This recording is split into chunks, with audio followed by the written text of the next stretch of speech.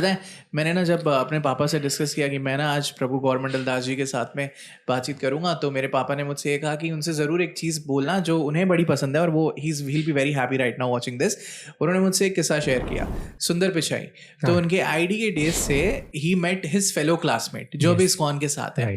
तो उन्होंने कहा कि सुंदर पिचाई को जब मैं देख रहा हूँ तो वो एकदम ऐसे थोड़े बूढ़े से नजर आ रहे हैं, सफ़ेद दाढ़ी हो गई है, थोड़ा माथे पर लाइंस आ गए, रेशे आ गए, एंड उनके जो दोस्त है सामने में समान उम्र के उनसे कम 10 साल छोटे लग रहे हैं। State of bliss, happy.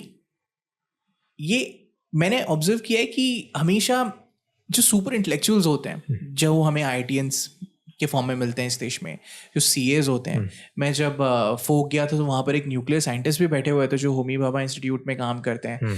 हमेशा इसके जो सीकर्स होते हैं ये इतने प्रेस्टिजियस एंड इतने डिमांडिंग इंस्टीट्यूट से ही कैसे निकलते हैं ये सब ब्रेन्स, जिन्हें इतना ज्ञान प्राप्त है इस दुनिया का, जो इस दुनिया के जो मास्टर्स है, सो कॉल्ड मास्टर्स, वो उन्हें कुछ बनाने के लिए कह रहे हैं, मिसाइल्स हो गई या फिर कोई टेक्नोलॉजी हो गई, वो ज्ञान प्राप्ति के बावजूद भी वो उस ज्ञान को त्याग कर इस ज्ञान की तरफ बढ़ने लगते हैं या बढ़ पाते हैं। साथ ही साथ अपना काम भी कर रहे हैं और साथ ही साथ इसमें भी आ रहे हैं, लेकिन उन्हें वहां ऐसा कौन सा सुख प्राप्त नहीं हो रहा है जो उन्हें यहाँ हो रहा है। Yes, so that is what I explained कि ये जो सुख है, भगवान के तत्व को समझने का सुख, इट इज़ एक्स्ट्रॉर्डिनरी ब्लिस। इसके सामने संसार के सारे सुख जो हैं वो कम हो जाते हैं। तो हालांकि हाँ, बहुत सारे इंटेलेक्चुअल्स इस मूवमेंट में आते हैं बिकॉज प्रभुपाद ने इसको बहुत ही इंटेलेक्चुअली और साइंटिफिकली एक्सप्लेन किया है। और एक्चुअली कृष्णा खुद ही कहते हैं, ज्ञानम तेहम सविज्ञानम। अर्जुन, मैं तुमको ज्ञान और विज्ञान दोनों समझाऊंगा आज। साफ साफ लिखा हुआ है भगवद गीता में। सो भगवद गीता सबसे बड़ा विज्ञान है, भगवान को समझने का विज्ञान। इसीलिए ऑल्दो हर क्लास के लोग हमारे पास आते हैं, भक्त बनते हैं, it is open for all, but specially जो इंटेलेक्चुअल माइंडेड हैं वो इसको बहुत ही अच्छे से अप्रिशिएट कर पाते हैं। जो इस वक्त इस एपिसोड को देख रहे हैं, जिनके शहरों में या जिनके कस्बों में इस्कॉन नहीं है, संस्था नहीं है, लेकिन फिर भी वो इस मूवमेंट से जुड़ना चाहते हैं, अपने जीवन में इस मूवमेंट को अपनाना चाहते हैं, तो आप उनसे क्या कहेंगे कि वो क्या कर सकते हैं प्रतिदिन? जैसे अगर आप अपना शेड्यूल शेयर करना चाहेंगे कि जैसे मैं जानता हूँ कि अशतेश सुबह 4 बजे उठते हैं और भगवद गीता के लेसन्स होते हैं, फिर उससे दिन की शुरुआत होती है, भोग चढ़ता है, भगवान को प्रसाद चढ़ाया जाता है, श्रीला प्रभुपाद जी को प्रसाद चढ़ाया जाता है, भजन कीर्तन होता है। आप अपना शेड्यूल शेयर करना चाहेंगे हमारे साथ? हमारा स्टैंडर्ड शेड्यूल रहता है, सुबह सुबह हम लोग 4:15 बजे हम लोग असेंबल होते हैं मंदिर में आरती करने के लिए, मंगला आरती कीर्तन करने के लिए। शार्प 4:15 बजे डॉट, मिलिट्री डिसिप्लिन। तो 4:15 में अगर रिपोर्ट करना है तो आपको 3-3:30 बजे सुबह उठना पड़ेगा, और अगर आप सुपर फास्ट हैं तो 3:45 पे तो उठना ही पड़ेगा आपको। आधे घंटे में you have to reach temple by taking bath. तो उसके बाद हम लोग करीब 5 घंटे की साधना करते हैं, 4:15 से लेकर 9:15 बजे तक। तो उसमें हम लोग 1-2 घंटा आरती कीर्तन करते हैं, 2-2.5 घंटे जप करते हैं हरे कृष्ण महामंत्र का, और श्रीमद् भागवतम की क्लास सुनते हैं, chapters by chapters, words by words, words by words. एक श्लोक इतना पावरफुल है कि एक ही श्लोक डिस्कस हो पाता है 1 घंटे में, तो हम लोग 1 घंटे वो श्लोक पे लेक्चर सुनते हैं, मतलब बारीकी से उसको समझते हैं, ब्रेक डाउन करते हैं, उसके पीछे का मीनिंग जानते हैं। यस, ओके, एंड डिस्कस भी करते हैं उसके बाद। और उसके बाद फिर हमारी रेगुलर ड्यूटीज़ हैं। हम में से कुछ डिवोटीज़ हैं जो कि क्लासेस लेते हैं, इस ज्ञान को दूसरों को समझाते हैं। कुछ डिवोटीज़ हैं जो कि फ़ंड रेस करते हैं, फंड्स चाहिए मूवमेंट के लिए, वो जाते हैं। जो लोग बाहर अर्न करते हैं, इंडस्ट्रियलिस्ट हैं, उनसे जाकर मिलते हैं, सपोर्ट रेस करते हैं। कुछ डिवोटीज़ पब्लिशिंग में हैं, कुछ डिवोटीज़ इस तरह से मीडिया में है, पॉडकास्ट, सोशल मीडिया एट्सेट्रा, इसके थ्रू लोगों तक पहुंचने की कोशिश करते हैं।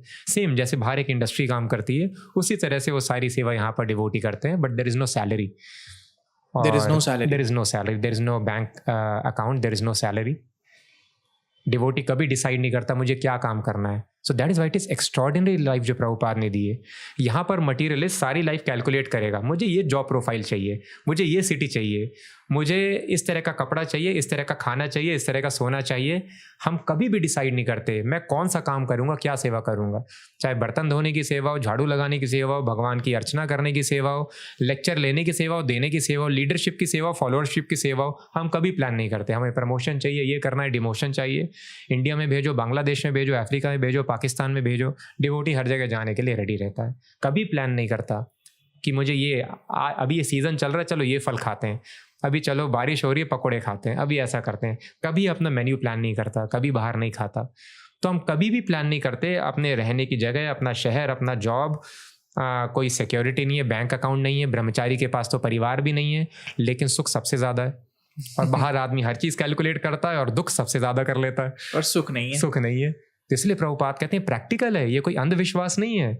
आप करके देखिए, आप कृष्णा को संतुष्ट कीजिए। भगवान से, कृष्ण से बड़ी कोई सत्ता नहीं है। अगर भगवान संतुष्ट हो गए तो कौन सी चीज़ दुनिया में आपको असंतुष्ट कर सकती। और ये हम डिवोटी की लाइफ से देख सकते हैं। जिसने अपने जीवन में कभी कैलकुलेट नहीं किया अपना सुख, वो हर दिन सुखी है। सुबह उठते ही नाश्ता गाता है, दिन भर सेवा करता है, रात को फिर 1 घंटा नाचना गाना है। तो हमारी दिन की शुरुआत नाचने गाने से लेकर और खत्म भी नाचने गाने तक होती है। So where is the question of low mood, depression, anxiety, and in between all this is also performing his duties. He is working very hard. Yes, rigorous work उसके बाद में बिल्कुल रेगुलर काम होता है। आपके काम के ऊपर भी इस चैंट का, इस मंत्र का असर पड़ता है for better? 100%। How does it help? जो भी डिस्टर्बेंस हमको होता है वो लोअर एनर्जीज के कारण होता है, जिसको रजस और तमस कहते हैं। Low mood, lack of focus and depression या एंजाइटी या हाइपर एक्टिविटी, ये ADHD सारी चीज़ें क्रिएट हो रही हैं। ये lower energies, mode of passion, ignorance, जिसको रजस और तमस कहा जाता है टेक्निकली, उसके कारण होती हैं। तो अगर हम सात्विक एनर्जी के टच में हैं तो ये चीज़ें अपने आप हमारे हार्ट में नहीं आएंगी। और सात्विक एनर्जी में रहने का सबसे आसान तरीका है ऑलवेज चैंटिंग हरे कृष्णा। तो अपनी टंग पे अगर आप हरे कृष्णा रखेंगे अपने आप, तो इसलिए प्रभुपाद कहते हैं one who knows to focus on Krishna always, he can focus on anything. तो माइंड आपका हमेशा पीसफुल रहता है। या एंड आई थिंक 108 बार चैंट करना मजाक नहीं है, कंटिन्यूअस इन वन ट्रॉट। मतलब वो तो हमको शुरू में करना है 108 या जितना भी आप कर सकें। उसके अलावा जो भी हम काम कर रहे हैं दिन भर, आपकी टंग में हरे कृष्णा हमेशा चलते रहना है। तो हमेशा हरे कृष्णा होता है। It's leads little practice, but थोड़ी प्रैक्टिस के बाद में आप कर सकते हैं। और जैसे कि जो लोग इनसे जुड़ना चाहेंगे, इस जिंदगी को अपनाना चाहेंगे, आप उनसे क्या कहना चाहेंगे? अगर आप कैमरे में उनसे अगर कुछ कहना चाहे इस वक्त तो। बहुत ही आसान है, कुछ मुश्किल नहीं है। शास्त्रों में साफ साफ लिखा है, कलयुग में हमने डिस्कस किया in the beginning of podcast, chanting and hearing Hare Krishna is the foundation. तो आप सभी से रिक्वेस्ट है, सिंपल मंत्र है, हरे कृष्णा कृष्णा कृष्णा हरे हरे, हरे राम राम राम हरे हरे। आपकी आंख खुलती है, आंख खुलने के साथ ही इसको अपने जिह्वा में रख लीजिए, और जब तक आंख बंद नहीं हो जाती आप इसको अपनी जिह्वा में रखे रहिए, जप करते रहिए कंटिन्यूसली। आते जाते उठते बैठते, इवन इवैक्यूएशन के लिए हम जा रहे हैं, मल विसर्जन के लिए, तो भी इसको अपनी जिह्वा में रख सकते हैं। कोई नियम समय का ध्यान रखने की ज़रूरत नहीं है। हाँ, कुछ समय बैठ के ध्यानपूर्वक माला में करेंगे, वो ज़रूरी है, उससे बहुत एडवांसमेंट होता है। लेकिन जो भी हम काम कर रहे हैं, खाना पका रहे हैं, ट्रैवल कर रहे हैं, चल रहे हैं, खाना भी खा रहे हैं, बीच में जिह्वा फ्री है, तो आप फिर हरे कृष्णा शुरू कर दीजिए। तो जिस तरह से लोहा आग में रहता है तो लोहा भी आग बन जाता है, हीट और लाइट निकालने लगता है, उस तरह से अगर हम कंटिन्यूसली भगवान के टच में रहेंगे, भगवान ने नाम के रूप में अवतार लिया है, तो हम भी भगवान के जैसे पूर्णतया आध्यात्मिक हो जाएंगे। तो फिर ये भौतिक जगत की चीज़ें हमको परेशान करना बंद कर देंगी। तो ये आपसे रिक्वेस्ट है, हरे कृष्ण महामंत्र का निरंतर कंटिन्यूसली जप करने की कोशिश कीजिए, और 1-2 माला बैठ कर एटलीस्ट शुरू कर सकते हैं। और दूसरा, जो भी खा रहे हैं वो भगवान को भोग लगा के खाइए। वेजिटेरियन फूड, बिना प्याज लहसुन का फूड भगवान के सामने रख दिया, और उसके बाद उसको आप खा सकते हैं। तो ये फाउंडेशन है, और इसके बाद में हम केपेबल होंगे भगवत गीता समझने के लिए। उसके लिए यूट्यूब में हमारा चैनल है, फॉलो कर सकते हैं। प्रभुपाद वर्ल्ड नाम से हमने एक डिजिटल कम्युनिटी स्टार्ट की है, क्योंकि मेंटरशिप गुरु की बहुत ज़रूरत होती है इसको समझने के लिए।